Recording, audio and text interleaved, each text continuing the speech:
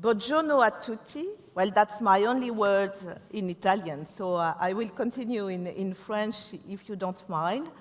So I think today we have the opportunity to discuss the B2B opportunities for hoteliers. And I think it's a topic, to my knowledge, that has never been discussed in EDNA conferences so far. And this business counts for, I think, around 20% of the hotel occupancy on a global basis. So it's a quite important segment. So let's start with introducing you to Paul and Alex. So Paul, would you like to introduce yourself? Good morning, everyone. Paul Anthony, been a member of the Commercial Committee of Hotel Beds now for 17 years, I think. So been around the block for some time, always in distribution, and currently looking after all of our connectivities, our global change relationships, and a few other things that they ask me to do every so often. Good morning, everyone, and thanks for having me. I'm Alex. I'm the CEO of FastPay Hotels. Our business is 8 years old now, 7.5, and we're a B2B platform in the B2B space, and being an intermediary between hotels and travel agents and tour operators around the world. Prior to that, I spent some time at Low-Cost Travel Group, and I was also, for a while, a marketing director at Expedia, and also responsible for global hotel chain negotiations at Expedia as well. And we both live in Mallorca. And we both live in Mallorca. The small island getting very important, right? So just before we kick off, can I ask you a very, I would say, generic question? What does keep you up at night? So I think I'd be, everybody was kept up last night by this incredible storm, right? That was unbelievable. I think you missed it, but it was it was like a bomb went off next to the hotel. It feels like a bomb could have gone off, to be honest. But Chernobyl just keeps giving, doesn't it? But certainly for us, Veronique, there is unbelievable change in our space, okay? Certainly one of the challenges we're finding is that B2B is being redefined. There's massive consolidation. You know, we've seen publicly Yonolia buy Go Global in the last 2 weeks, Mondi buying bed banks in Latin America. And also just the definitions of platforms, resellers, B2B. So certainly for FastPay Hotels, we're finding getting our messaging out and making sure our segmentation is clear, very, very difficult, because it's incredibly muddied waters.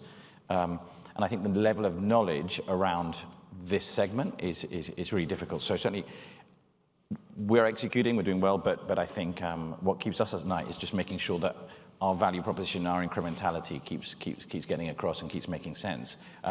Because there's so much change in this space right now and so many new actors. Right? And for you, Paul, is it the same? Well, what kept me awake last night was actually flying from New York, so I didn't. I only got in this morning, so that definitely kept me awake last night. But yeah, I think it's similar. I think it's how do we make sure that the value of a B2B player is widely recognized by our hotel partners. And what we find at Hotel Beds is those partners that know us, they recognize, they value what we can then bring to the table. But there's a lot of hotels that we don't work with. And I think that the education part around what is whether it's a wholesaler, a platform, a bed bank, some do a bit of everything. How do we make sure that hotels truly understand the best way to work with those partners? And I think the education process here is huge. None of us expect that hotels will ever stop having a direct business. I mean, that I think is in the right of hotels and in the wheelhouse of hoteliers. But it's about what else we can complement to be able to help the hotels have a better profitability ultimately. And I think that B2B players and wholesalers have a lot to play in that field, and it's about getting that education across. So I think it's a perfect introduction to probably a very odd, let's say, statement. Wholesalers have always been labeled as the bad actors, right, in our industry. So can you explain us why and if the situation has changed recently? Yeah, I think when we talk about bad actors, I think we're all talking about parity and distribution control. And I think in the past there was a lot of truth in that, to be honest. All of us, I think, played a game where maybe we understood what hotels wanted, but we didn't pay too much attention on. And I think at least, I don't know whether we catalyzed this or not, but when Hotelbeds, GTA, and Tarico came together, which were the three largest wholesalers out there in 2017, well, those three wholesalers no longer had somebody else to blame.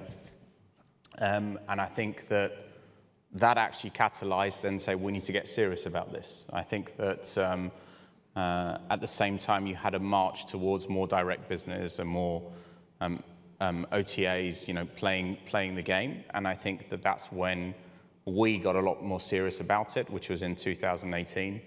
And I think a lot of the good actors are doing the same and truly understanding the importance of rate parity and control, I think is key. It's not easy. I think we'll say that it's never an easy thing to actually truly control. It's a fragmented market out there still.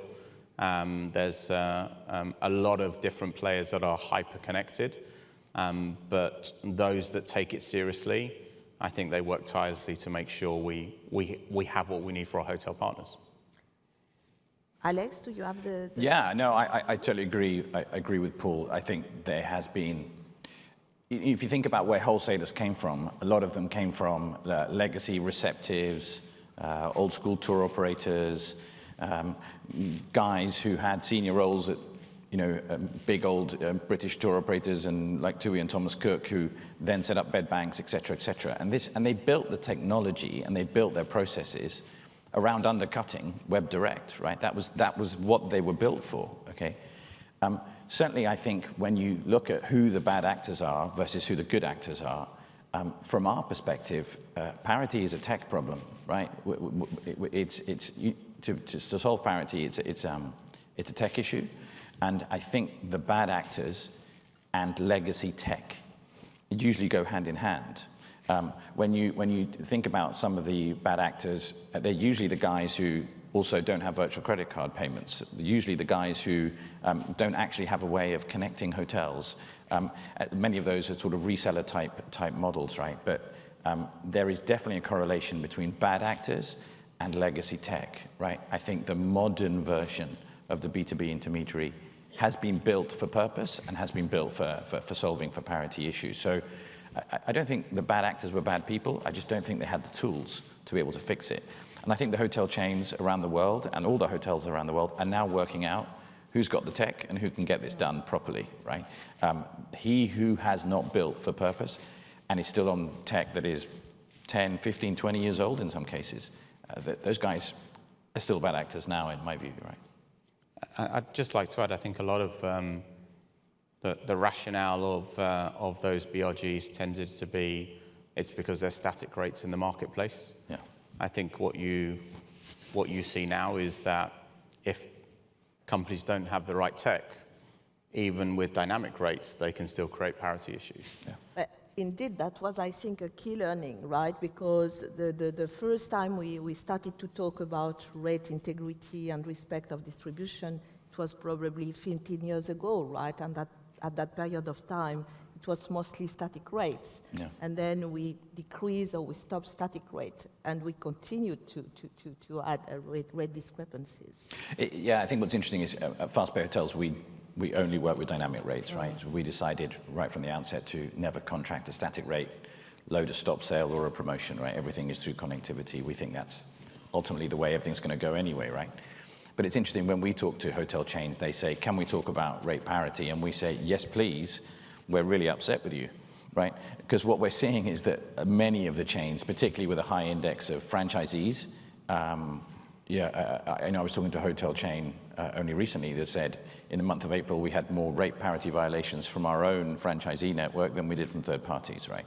And that is static rates that are being done. So I think what's interesting is the parity issues versus web direct are happening on both sides of the fence, right?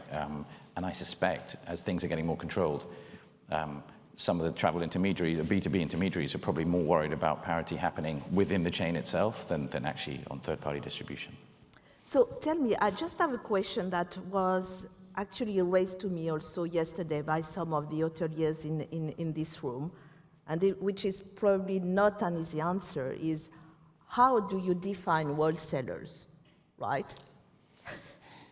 So I think the easiest definition of a wholesaler, maybe Alex would disagree, is those that then have a commercial agreement with a hotel or a chain and then take it into the marketplace and being able to then sell to a very wide reach of customers according to the rules set on that commercial contract. I think that, and what they do there is that they fulfill the booking process, the operational process, the technology process. The customers that we serve don't normally have a commercial agreement with the hotel. And it's those wholesalers taking that hotel or that chain to the mass markets. And I think that is probably the definition of a wholesaler in our industry, and probably the same definition of a wholesaler in any industry, to be honest. In that sense, it's not different. I think what we do see is lots of different now sub-segments starting to happen from wholesale. And I think there's another point in it. I think that there are very few, even hotel beds, I guess maybe, but there are very few pure wholesalers anymore, right? I think what you have now is you obviously have a lot of OTAs who are wholesaling, right? What we're seeing is that wholesaler as an independent entity, you have a lot of DMCs in the Caribbean and in Spain and in Turkey and in Florida who are DMCs, but also wholesaling, right? So the standalone one-time wholesaler, there are less of those, and even ones like Fast Bay Hotels, we're selling, we're doing intermediary work, but we're also providing a lot of technology as complementary products to our partners. So that's the kind of change I think I was referring to about what keeps me up at night, is that the wholesaler as a standalone is less common now. What we're now seeing is there's an awful lot of actors who have got into wholesaling in the definition that Paul explains, right? So let's face it, the two biggest OTAs in the world are big into this, right? So wholesaling is now something that everybody does. The pure wholesaler, I think, is less common. Right? Which I think then brings about, it's around the use cases that needs to be better understood by hoteliers around what is your distribution, how do you distribute the product? Because that's when you will see that the OTAs are heavily into this market. In fact, the biggest wholesaler in the world is not on this stage. They're in America, in Seattle somewhere. And that, I think, is then a recognition of that this is a market that is still growing, and it needs to be better understood by hoteliers. And so I understand that wholesalers are, let's say, fragmented, right? They are not necessarily working with the same, I would say, distributors, right? Is that what you mean? So are you different, for instance, between the two of you, between Hotel Beds and FastPay? Yes, definitely. I think that one of the, any B2B intermediary is looking for also that unique distribution model, right? And those unique distribution partners. So the way that our tech is made up is different to Hotel Beds, is different to any other B2B intermediary, which therefore gives us access to other market segments, right? So some of us are focusing on loyalty, some of us are focusing on retail, some of us are focusing on airline partnerships, et cetera, et cetera. But absolutely one of the key drivers for our incrementality is to make sure that we have differentiated distribution. That's not easy, I can tell you, that's not easy. So obviously by having enhance supply. There is a virtuous circle here, but it's by having better quality supply, you will end up getting better customers. By having better customers, you will get more unique supply, and that's part of the magic of, hopefully, of what we all do, right? At a certain stage, I would suggest hotel chains can have too many B2B intermediaries. I think that's definitely true.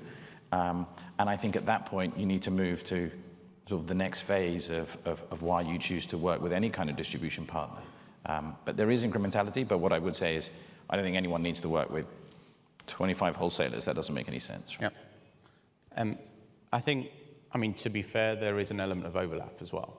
We will all have customers that we all work with, and then there are segments that then you add that element of differentiality. I mean, Hotel Beds has been, I don't know whether we've been fortunate or unfortunate, but being in this market now for 20 years, we have the most direct distribution network in the world. And we have, you know, the reach that is there is enormous. And that scale brings the ability to bring that incrementality to the hotels, where normally you wouldn't be reaching those customers, whether it's loyalty plays, whether it's banks, whether it's even facilitators for tour operators that don't have the technology, and then maybe that's more of a platform play. And I know you do that quite a bit, whereby, you know, a lot of what we do now is technology, and I think that is something that hotels need to understand. We are, you know, the amount of cost that we put into technology is enormous, and I think that's probably common for almost every wholesaler, I would say. So just before going into technology, maybe it would be good for the audience also to understand what are the major, let's say, risks in working with wholesalers. Is it, I would say, controlling distribution? Is it, let's say, rate integrity? Is it rate leakages? How would you define that? Look, I think risks is one way. I think the key for any, you know, if you're listening to this today and you're thinking about how do I use B2B intermediaries, I think the way things were done maybe 5-10 years ago is that a B2B, a wholesaler, a bed bank would come in and say, shall we connect? I'll send you some room nights, right? That's pretty much how it worked. I think the tone is, the conversation has now changed, and I think the modern version of that conversation is, I need help in Sunday nights. I need help with new openings. I need help in, I'm launching 100 all-inclusive hotels in Mexico. Can you help? I need help in more family market. I need you to help me distribute to German tour operators who have super complex technological barriers, right? The intelligent conversation, the conversations for us that are most fruitful is when we're sitting down with hotels and saying, we've got the technology and the platform to reach much more demand than you can by yourselves. Plus, generally, most chains are a little bit slower than us, a little bit less agile, and they've got other things going on, right? What we're finding is that the conversation, when they come to us and say, here are my problems, and we say, well, here are our solutions. And we're now finding a lot of conversations where it's three-way, right? So where I have the tour operator, the hotel, and us in the room at the same time, right? And they're saying, and this is, if you think about 5-10 years ago, this was unthinkable, right? We're now having three-way conversations where we're looking absolutely at those solutions. So I think the risk here is, rather than itemizing individual risks, I would suggest the risk for a hotel chain is to not be clear on what they're trying to get out of that relationship. If they're very prescriptive about that relationship, usually it's very successful. Because I'll tell you what we see this with hotels. They say, well, we connected and you're selling an awful lot of business out of Latin America. And we go, is that not a good thing? Actually, we thought you were going to send us Spanish people. Why? Because you're based in Mallorca. Well, why didn't we talk about this before, right? What we're seeing absolutely is the risk is, these are really big partnerships. There's a lot of integration work. There's a lot of partnership and a lot of investment on both sides. The trick with good relationships is this prescriptive nature. If you don't do that right, then the risks start happening. I think that's how I would answer that. Right. I think that's super interesting because, you know, a couple of years ago, we would have never had three-parties conversations, right, between hoteliers, wholesalers, and distributors. So does it mean that there is a level of better transparency, right, in the B2B space? Veronique, hotel chains are calling us and saying, we want to work with that partner, and can you help us? Can you be the glue that sticks us together, right? I was in New York, as I said, now, and we were talking to a partner that says, I've got over 100 connections. I don't have nor want the manpower nor understand those 100 connections enough. Can I bring this down to 4 and 5? But in exchange, can you give me the transparency? And I think that this is the commercial relationship for certain customers. Hotels and chains want to keep that commercial relationship. And I think this is part of what you'll see in the future, is that we start acting as facilitators as much as just pure wholesalers with those three-way conversations where it merits. In many occasions, to talk to an individual travel agency, it probably doesn't merit to have that. But where it's important, I think this is what you should expect from good intermediaries going forward. So this is definitely one of the opportunity, right, for hoteliers to work with wholesalers? Of the last 10 hotel chain deals we've signed, I would say easily 8 have been on a transparent basis. Okay. That's absolutely the way now. So I think this is pretty new, right? Yeah, I would add, about the risks that you said, distribution control, I would say all of them are risks if you don't understand the business model of who you're working with enough. You need to understand, how do they distribute? What technology do they have in place to be able to control distribution?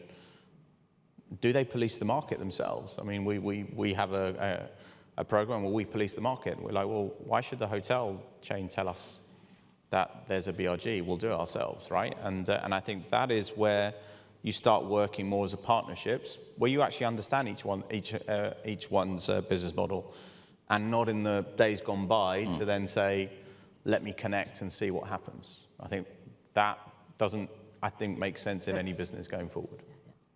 So in addition to, let's say, the incrementality and, let's say, the opportunity for hoteliers to reach, let's say, partners that they are not able to reach directly, are there any other benefits, right, that you provide to hotels in general?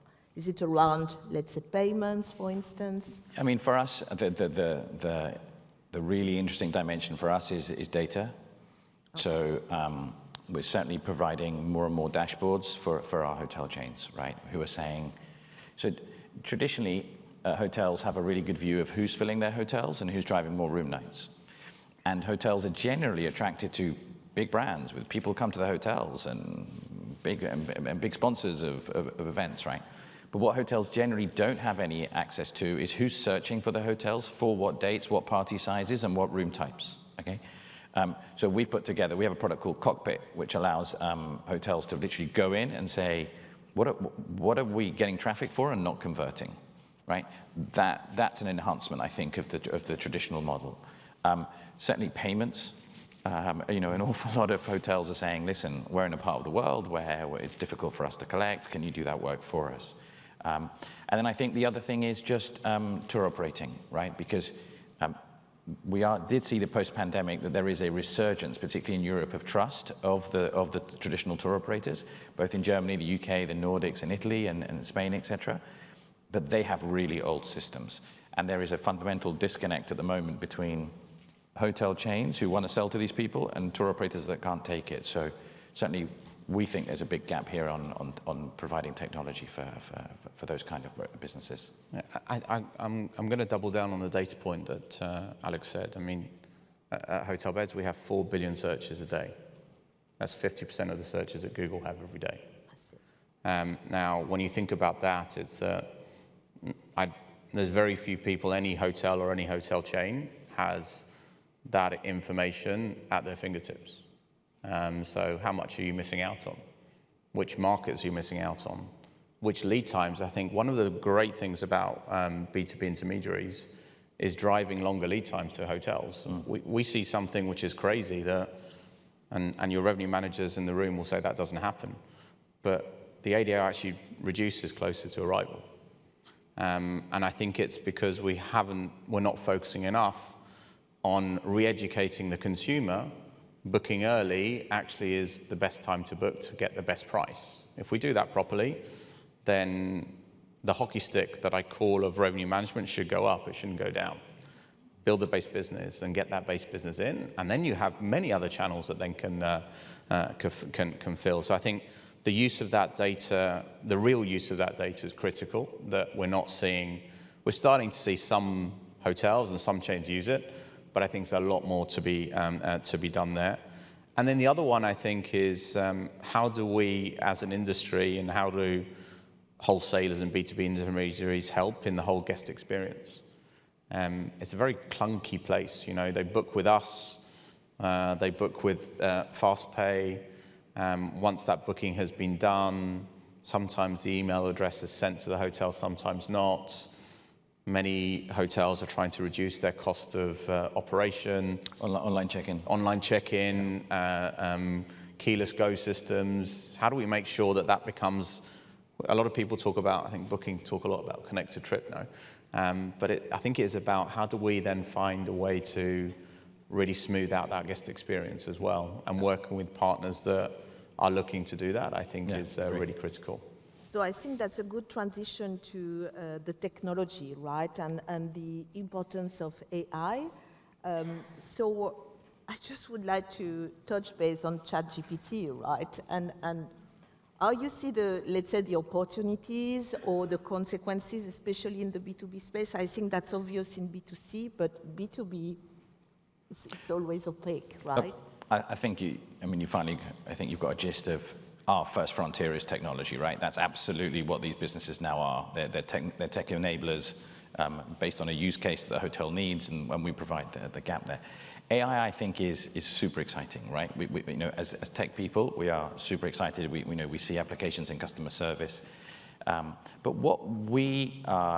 obviously we're not at the front end of this. And I think, you know, from a user booking experience, a lot of our customers are saying, we need more of a knowledge base on which to create our AI algorithms, right? And obviously we sit on a huge amount of data. So a lot of our intermediaries are saying to us, we're trying to build a new application. What we need is to have a photograph of all of the availability and all of the room types and all the rate plans, et cetera, et cetera. We have that data in our system.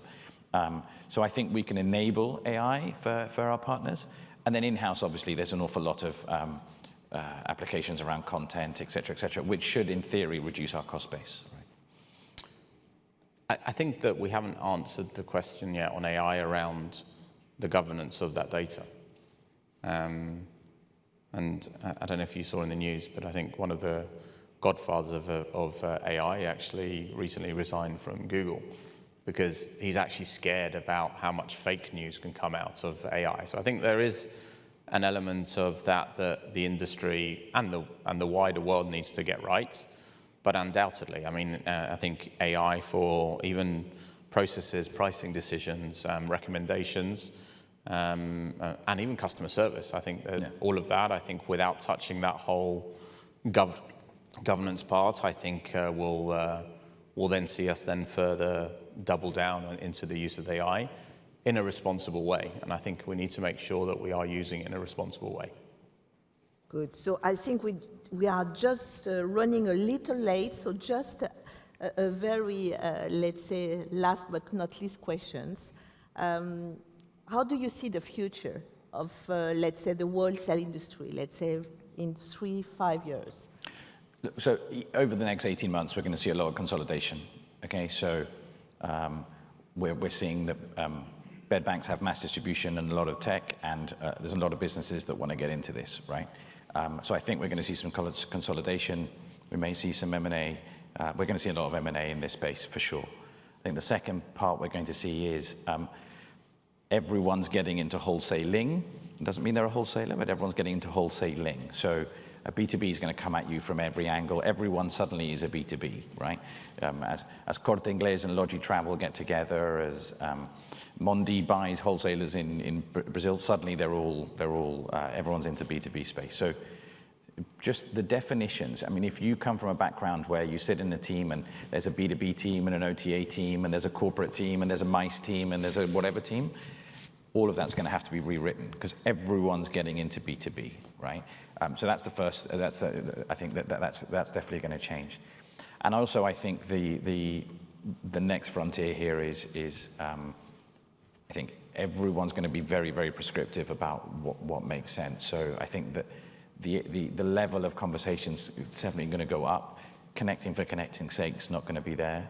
But I think everyone's going to be very much more focused on, what's the use case and what incrementality does this bring? I think that's going to be really important. But I think the definition of the standalone B2B or the standalone wholesaler that doesn't either sell technology or part of a larger and more differentiated group, I think that's going to go away. So it's more responsible business, right? Yeah, true partnership, I think, is what are your needs? How can I help? On both ways. And I think that's where increasingly, it's already happening, and I think it will happen more. And the other one, and there's a lot of people in the room here around payments, is how do we facilitate payments in a better way than we're doing? So, I know Hedna's doing a lot of work around payments. I think so far that's been fairly focused on those B2Cs and direct plays. And I think that with the technology that wholesalers and B2B players bring is let's come together and make it a better payment ecosystem. So I think that you'll see coming through as well in the next, I wouldn't say 5 years, I would say in the next 12 to 18 months. Yeah. So thank you, Paul and Alex. I hope you have more, let's say, comfort, on how to work in the B2B space. There's a few of us here, so if anyone wants any questions the next couple of days, then please feel free. We're frenemies at the same time as being competitors. So we are around. Thank you. Thank you. Thank you.